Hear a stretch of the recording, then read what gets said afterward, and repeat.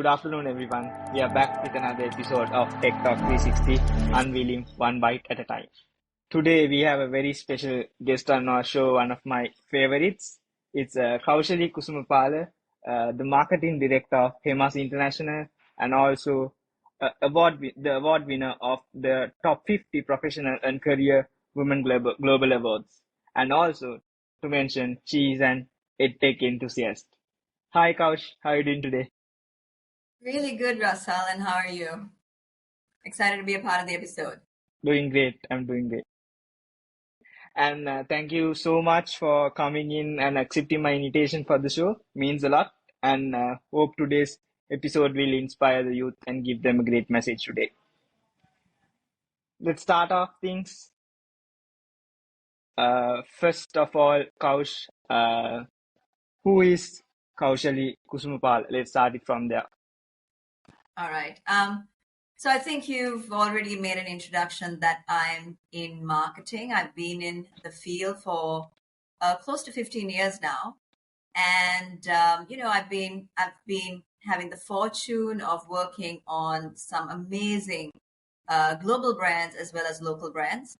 But I think what we also forget is that all professionals, what they bring to the table is not just the professional aspect. There's a lot of things I'm passionate about in my personal life. And some of those elements happen to be one is fitness, number two is spirituality, and anything and everything to do with creativity. And I think the combination of what makes me, passionate in my personal life definitely has a flow through into my professional life. So that, in a nutshell, is who I am. Amazing. Let's just jump into this course. So, what actually keeps you motivated in continuing this inspirational landscape that you are in marketing, and how this drives every day what you do and what you do for the people out there in the company? What just keeps you going, that driving to do the job that you're doing right now? For me, I think there are three aspects. The first aspect is that I was really fortunate at a very young age to figure out that marketing is where my passion was, and since then, being able to work on really meaningful brands that not only are driving a business outcome but are driving social outcomes, are looking at new ways of unlocking consumer value. I think that has been hugely interesting.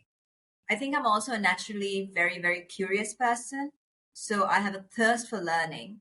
What that means is I always push myself to try new things, to learn new things, and I figure out how I bring that energy into work. I think you mentioned, Russell, that I'm an edtech enthusiast. And frankly speaking, it's not something that I was passionate about, say, 4 or 5 years ago, but simply because I needed to bring a new type of energy into work. I had to explore new, new avenues of adding value to the business. Just sort of watching content or reading, and just sort of having a mindset of experimenting at work, sort of brought those sort of ways of unlocking value to the system. So I think that natural curiosity and thirst for learning have really served me well. And really going back into working on meaningful brands and what that means to me as a person. I've been really, really fortunate to work on brands, as I mentioned, who've looked at not just sort of driving a one-dimensional business result, but looked at how we can create value for different communities. So how can we give back, and how can we create a brand connect in the way we're giving back to society? And I think that, to me, on a personal note, has been hugely impactful. To be able to go to bed knowing that we've made a difference in a human being's life that goes beyond selling a product. I think that has been a phenomenal experience for me. Yeah. And sadly, I think the most important equation is the people equation. And I see people equation in two ways. There are the people that might be a part of your team, that might be your colleagues, might be your, your immediate team that you're truly passionate about, and you really want to secure their welfare. And when you can go into work and create an environment for people to thrive in, I think that's hugely important. But I also like to acknowledge the second type of people within any work environment, and I'm sure this is true of work as it is in our personal lives, and these are the more challenging people. And these are the people you're not going to see eye to eye. You will have not just points of difference, you may have difference in your set of values. To me, both of these types of people are really important in a work environment, because the second part of people, or the second bucket of people who challenge you, actually bring out the best in you as well. Because then you need to either take on new information or a new point of view, or you need to be able to be strong in your values and your ethics and to hold strong within your opinion. And these people make you better as well. These people also can fuel your passion, your commitment, because they bring in a nuance of a challenge. So to me, all of these things ultimately make me passionate, make me sort of going to work, not see it as work, see it as a critical component of my life and what drives me. And that's the sort of energy I think you need to be successful. That's some inspiring words out there. Just moving on, I think this not kind of new industry, but edtech is a word you mentioned Mhm. throughout, and we've been speaking a lot about it also. So, as an edtech enthusiast, how do you see this role? How important is it to our country and also for the world and the future of education technology, and how does this play a major role in someone's lives and in companies as well? I think when you take education, and maybe let's focus from Sri Lanka and then go outwards, one of the biggest challenges is that learning is not democratized.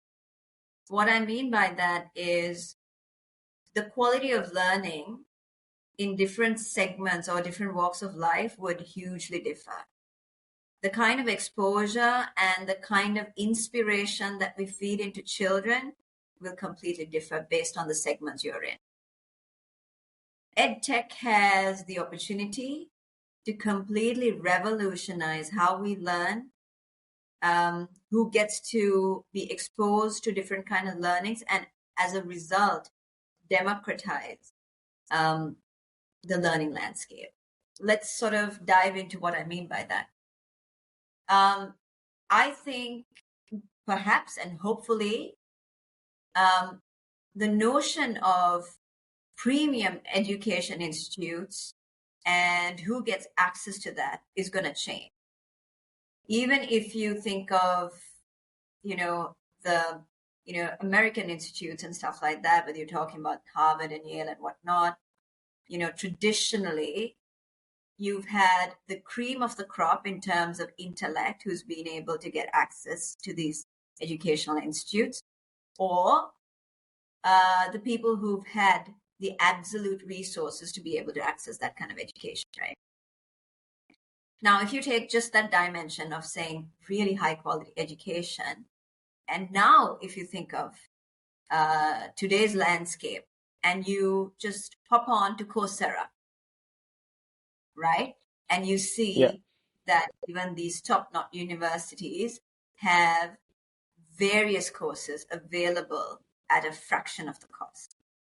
Now, much more people get access to that quality education without moving from their homes. So it's not only that education, the course in itself, the experience of that course is getting delivered at a fraction of the cost, but your migration cost to get to that education is completely eliminated.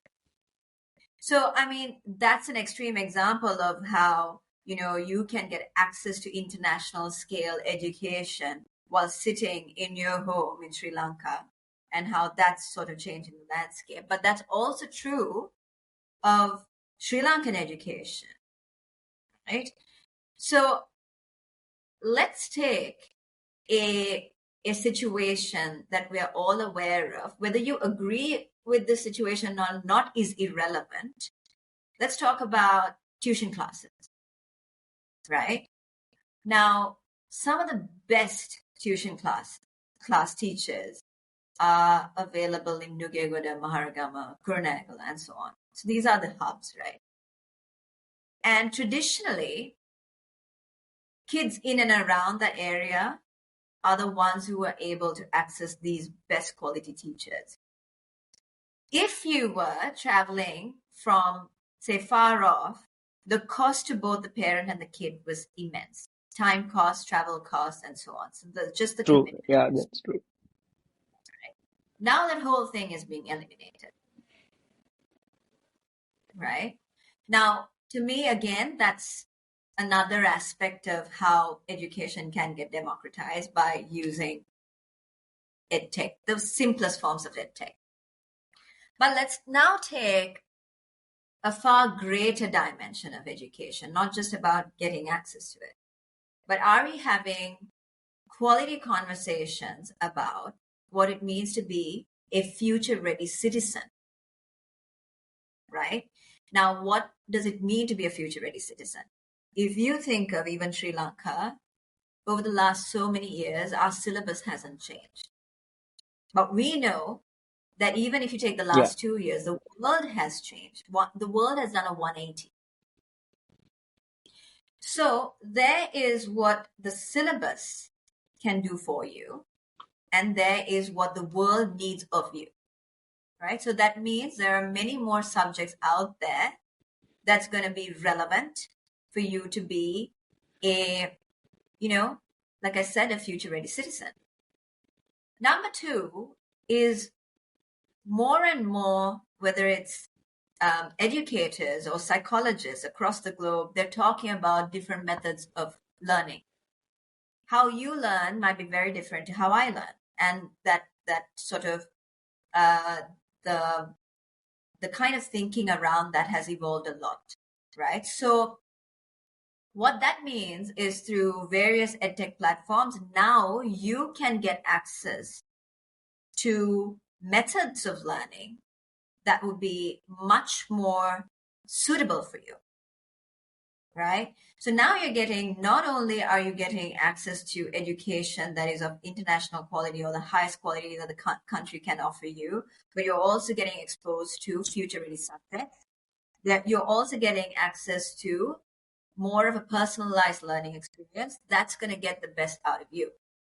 Now, what that means from an edtech perspective is through various technologies that are embedded into certain systems, or the systems themselves are able to assess you and customize that experience for you, is able to track you, and essentially take this really dreary topic of education, which is never really fun for most people, and make it much more engaging for you.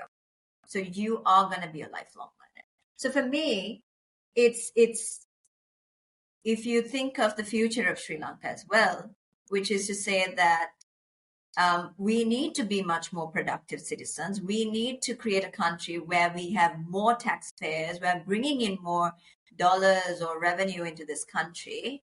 You can't do that by prescribing to a system that's about 30 years old, right? Especially if you're thinking about 20 years from now.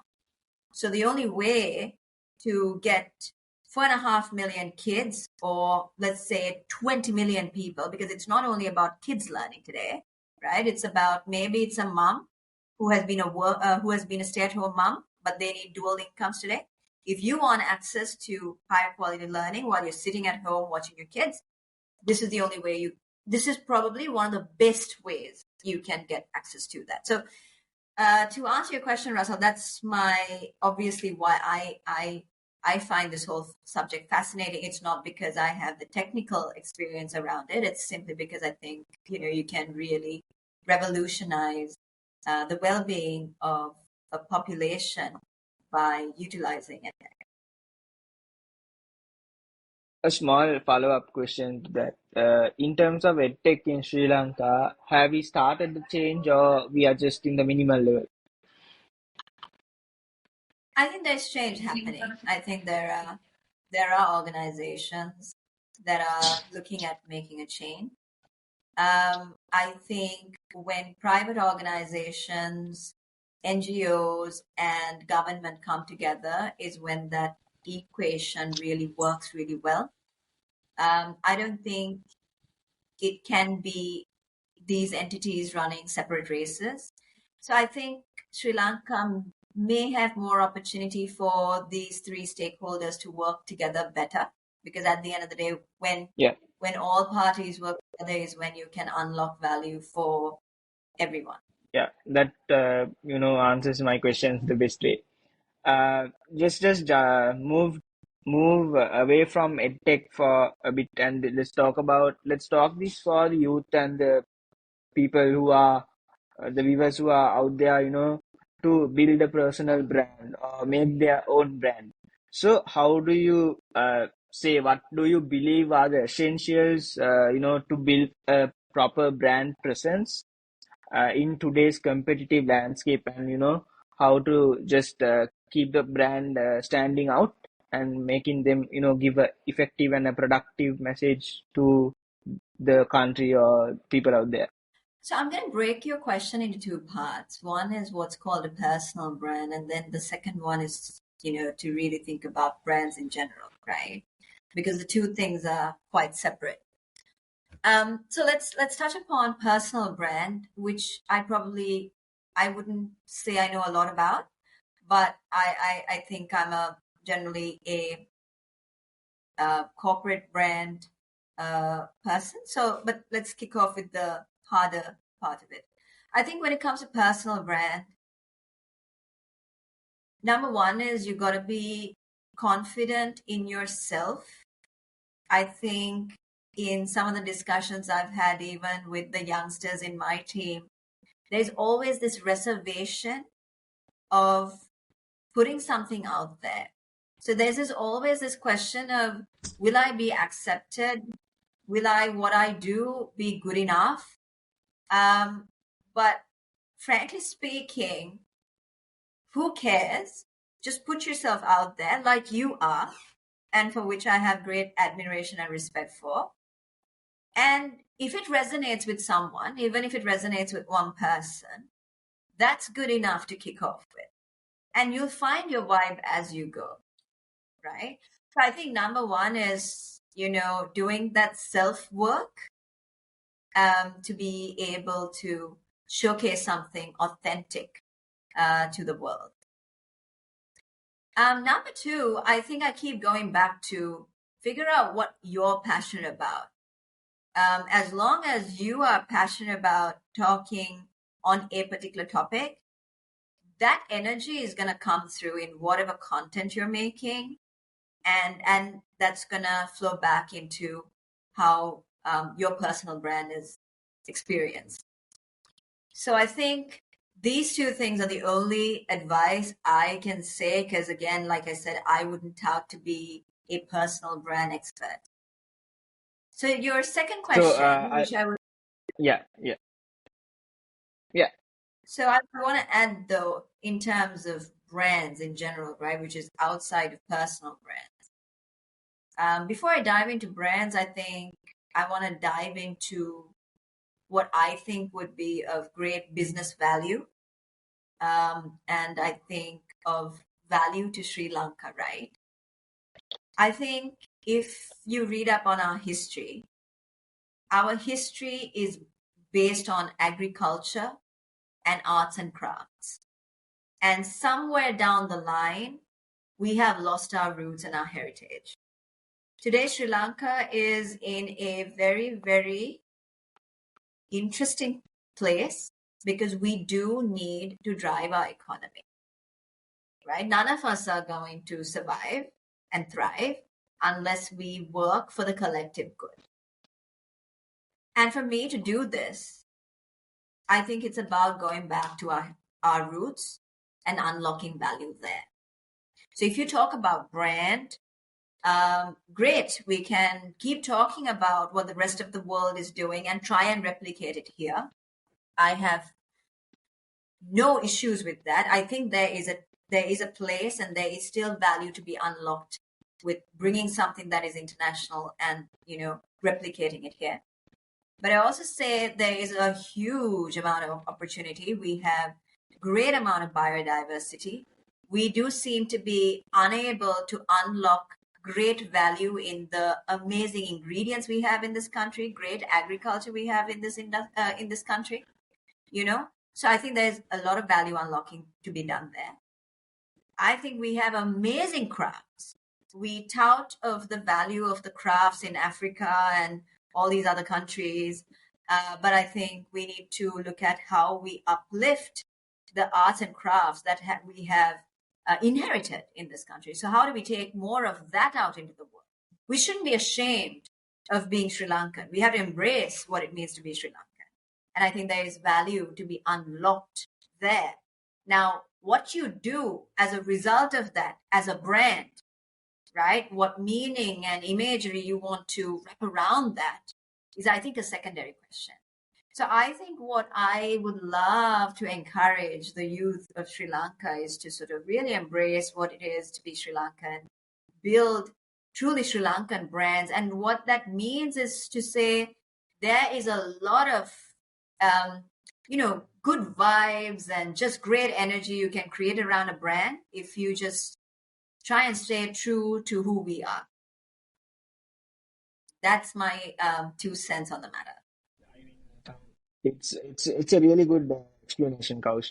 So the next up, the thing I really wanted to ask is the award under your name. Let's just talk about just tell this to the women empowerment people, the women out there, the women in tech. That's where I just find along. So just a small message to the girls and the women out there. How, let's just we can just keep it short, a small brief on how you managed, to get it and, hit the spot on that way. Let's just talk about that. Okay, so I this mean, is a question that's a I little think, bit more uh, embarrassing because you're yeah, asking me about it. So I think the best advice I can give you is, look, it goes back to I love what I do. There's never been a moment where I have second guessed whether I should be in this field. And every single day when I go in, I take my heart and soul. So my heart and soul is always reflected in the brands that I work on. I think that's as simple as it gets. The awards, the accolades will follow. Your success, your milestones will follow. I don't have a recipe to tell anyone to go and win an award. But what I have is a recipe of how I've worked and how I've brought what I'm passionate about and love into the work that I do. And, when I sit on a piece of work, when I sit on a piece where we're creating something new, whether it's an innovation, whether it's a brand, whether, it's, anything, whether it's a communication piece, I definitely hold myself to a different level of making sure that piece of work is ideal for the people that we're positioning it for. So let me just stick to that point. I am passionate about Sri Lankan consumers, right? So even if I am in a CSR event, let's call it, right? Or if I'm going on a market visit, whatever it might be, to me, it's not about the quantity of these things that we're doing, but are we having meaningful conversations with people? The second you're having a meaningful conversation with a human being, you can take that energy into work and create amazing brands. You can create amazing products, right? So to me, if what I'm trying to tell you, Russell, is I don't know how I won that award. I think that was a very kind and generous panel of people who, you know, selected me. But I think the body of work that I've done and what's inspired me are some of these conversations we've had with everyday people, whether you, again, like I said, whether you have conversations with people or whether you dive into our True. history or you dive into our stories as Sri Lankans. I think that just allowed me to do what I do. Amazing. I just wanted to know, that's just a personal question that I had added in. Sure. So we are just coming towards the clock. The time is going over, but just wanted to give some, let's give some career advice to the youth if they want to, start off where they, what they, some people, one recent episode also I just spoke all the time when we were back then, not us, I mean everyone back then, it was just the general things that we hear: doctor, engineer, lawyer, all the main five types of stuff. So now on, we have very niche markets going on, and their salaries are overloading, and they are finding for youth talent out there. So, and you really might know on the all the brands you have worked so far, how they open up new paths. So that career advice, and maybe we can tell the parents as well, if they're listening in, that don't limit their journeys to one specific path, and to tell them to do what they love. Let's just talk about that also. Okay. I think it goes back to the piece that we were talking about in EdTech, right? The Yeah, next 20 years is going to be hugely different to the world today. And that rate of change it's obvious. It's going to be hugely accelerated, right? So I think the biggest thing is to teach children how to learn, to be frank, right? Because even let's say you're 18 and you're on the cusp of getting a degree, right? Let's say you're there right now. Your world in the next 10, 20 years will change so much. Your degree is going to be completely irrelevant anyway. So this is not a question of what can we do for the 6-year-olds. It's really a true. question of, can you train your children to love learning and to always learn? Now, teaching children to paraphrase something is not learning, and it's not cultivating a love for learning, right? So I don't know what the world will hold for us in the next 20 years, as much as you and I didn't realize that AI was going to be the big topic, if we were sitting in 2020, right? So, but if you can create a framework where children can dismantle things, ask the questions why, figure out how they explore for themselves, right? I think that's the only skill that you can teach kids. And the second thing there is, it's not about saying doctor, teacher, lawyer is irrelevant. I think they're still Yeah, relevant. yeah, yeah, yeah, It just goes back to, it's not even a case of saying, okay, what are kids passionate about? But the reason I say, how do we teach children to learn, is you might have been trained to be a doctor today, but today we hear stories of how surgeons have become artists, or, because they figured out at 45 years of age that really they want to use their skills of precision with, you know, being an artist, right? So if you can learn any skill at any age, I think that's the only thing that'll enable us to be adaptive in the future. I don't know if I answered your question, but that's my I only mean, advice. yeah, that's just. I also wanted to add in this. How are you actually coping up with AI, the new technology, and how are you using the new technology out there, ChatGPT,